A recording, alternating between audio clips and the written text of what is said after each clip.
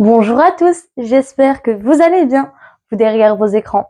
Aujourd'hui, nous nous retrouvons pour une toute nouvelle vidéo qui est assez spéciale, car c'est encore une fois une vidéo rappel, mais cette fois-ci sur l'imparfait du premier groupe. Mais avant de commencer cette vidéo pour en apprendre plus et se remémoriser le verbe à l'imparfait, n'hésitez surtout pas à vous abonner à ma chaîne, à liker la vidéo, activer la cloche de notification, partager cette vidéo si mon contenu vous intéresse et que vous voulez me soutenir. Donc c'est parti pour commencer cette vidéo. Comme vous pouvez le constater sur le tableau, j'ai déjà pu écrire quelque chose.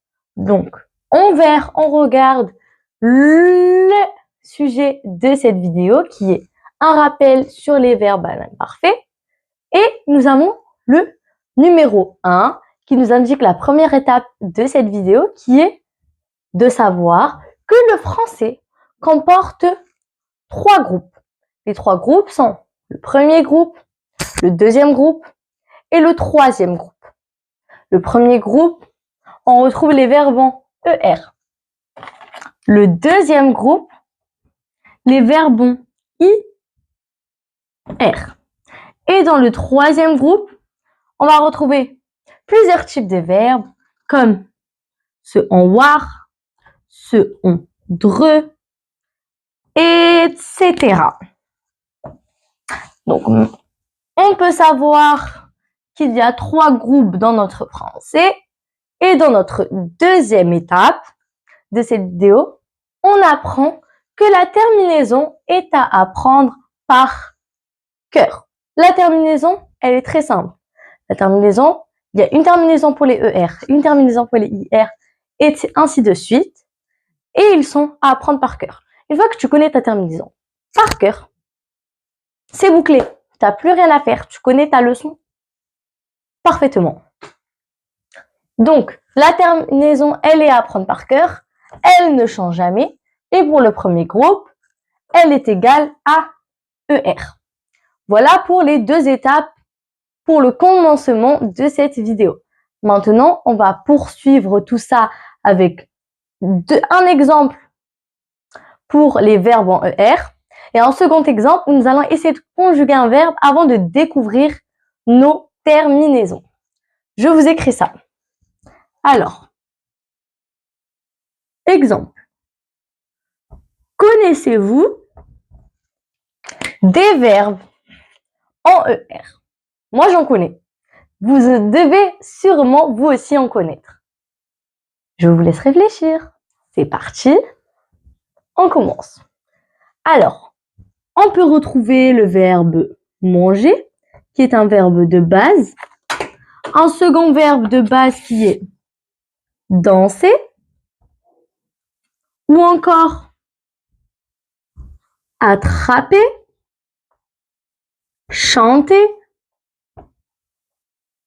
voyager, etc. Comme vous pouvez le constater dans mes 1, 2, 3, 4 et 5 verbes, je retrouve toujours la marque de l'infinitif. La marque de l'infinitif qui est pour nous dans le premier groupe ER. Donc, tous mes petits verbes, je retrouve la marque de l'infinitif. Marque de l'infinitif. Mais on retrouve pas que ça. S'il y a la marque de l'infinitif, on veut forcément savoir ce qu'on trouve avant la marque de l'infinitif. Bonne question. Qu'est-ce que c'est? Alors, il faut savoir que ce qu'on retrouve avant la marque de l'infinitif, comme dans le verbe manger, M-A-N-G, ou D-A-N-S, V-O-Y-A-G, C-H-A-N-T, A-T-T-A-R-P, ce sont le radical de notre verbe. Pourquoi le radical? Il faut savoir que pour pouvoir conjuguer un verbe, on va seulement garder notre radical, que nous retrouvons en vert, et remplacer la marque de l'infinitif par notre terminaison. Il n'y a pas plus simple que ça. Alors, on se retrouve tout de suite pour un petit exemple de verbe. Je vous laisse avec un petit peu de suspense, car avant de pouvoir commencer le verbe, nous allons nous intéresser au verbe à l'imparfait.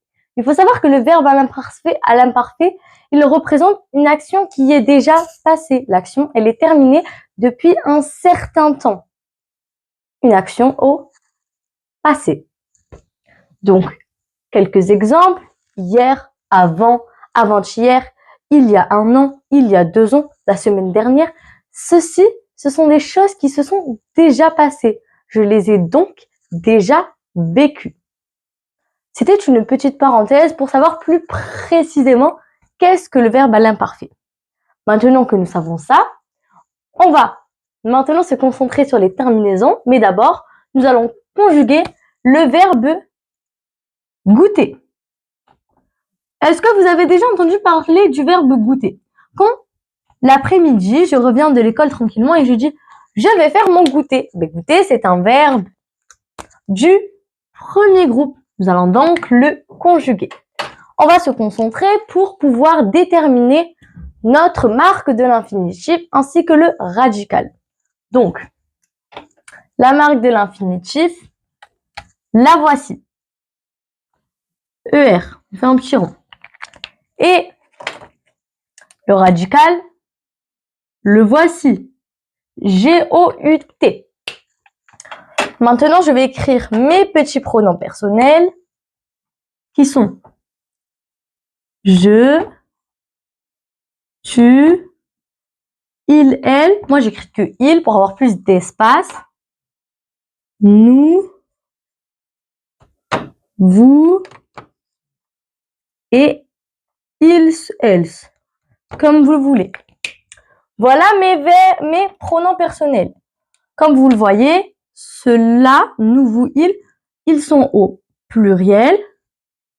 Contrairement à je, tu, il, qui sont au singulier. Maintenant, pour savoir conjuguer les verbes à l'imparfait, rien de plus simple. Je prends mon radical, goût. Donc, je le réécris à tous les pronoms personnels. G-O-U-T, G-O-U-T, encore une fois G-O-U-T, encore une fois, et pour la dernière fois, je le rajoute. Une fois que ceci est terminé, il me suffit d'ajouter les terminaisons qui sont à apprendre par cœur. Avec je, il faut savoir que la terminaison est AIS. Je goûtais. La même chose pour tu. AIS. Tu goûtais. Avec il, ça sera AIT. Il goûtait. Avec nous, IONS. Nous goûtions. Avec vous, IEZ. Vous goûtiez. Avec il, AIENT. Il goûtait.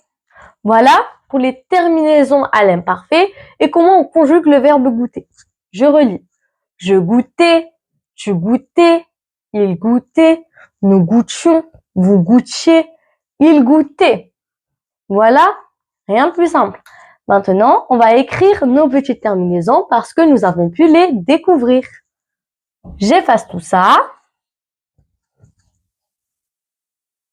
J'espère que vous avez bien mémorisé. À vous de me citer nos terminaisons. Je doute que vous les connaissiez. Maintenant, nous allons les écrire.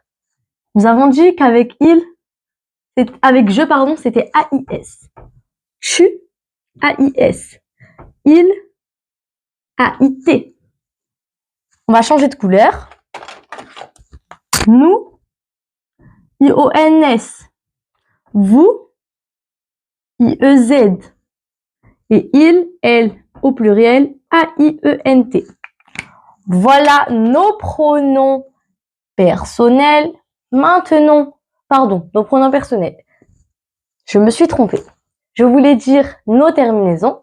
Maintenant que je les connais, on va se concentrer sur un verbe qui est plutôt irrégulier. Parce que oui, il y a toujours des petites exceptions qu'il faut mémoriser. Donc, on va se concentrer sur ceci. Alors, verbe particulier. On se retrouve quand j'ai pu écrire mon verbe particulier. On va mettre un S parce que j'ai écrit plusieurs verbes. J'ai pu écrire mon verbe soi-disant dit particulier et nous allons nous concentrer sur celui-ci. J'ai pu écrire notre verbe qui est crier, mettre ma marque de l'infinitif, mon radical, écrire le radical et nous allons ajouter nos terminaisons. Avec je, on a dit que c'était AIS. J'ajoute AIS, ce qui donne je criais. Rien de particulier. Avec tu, on a aussi dit AIS. Tu criais. Rien de particulier. Avec il, AIT, toujours rien de particulier. Il criait. Mais cette fois-ci, avec nous, j'observe une particularité. Je veux ajouter IONS. Mais j'observe qu'il y a déjà un I. Ça va faire super bizarre, il y aura deux I. C'est tout à fait normal. On ajoute nos deux I. Ce qui donne nous crions.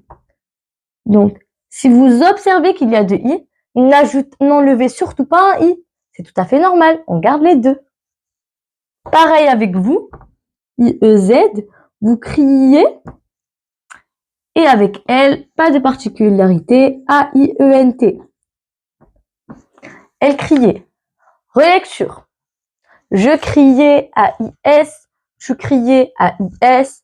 Il criait AIT. Nous crions IONS. Vous criez IEZ. Elle criait AIUNT. Voilà pour notre verbe crier.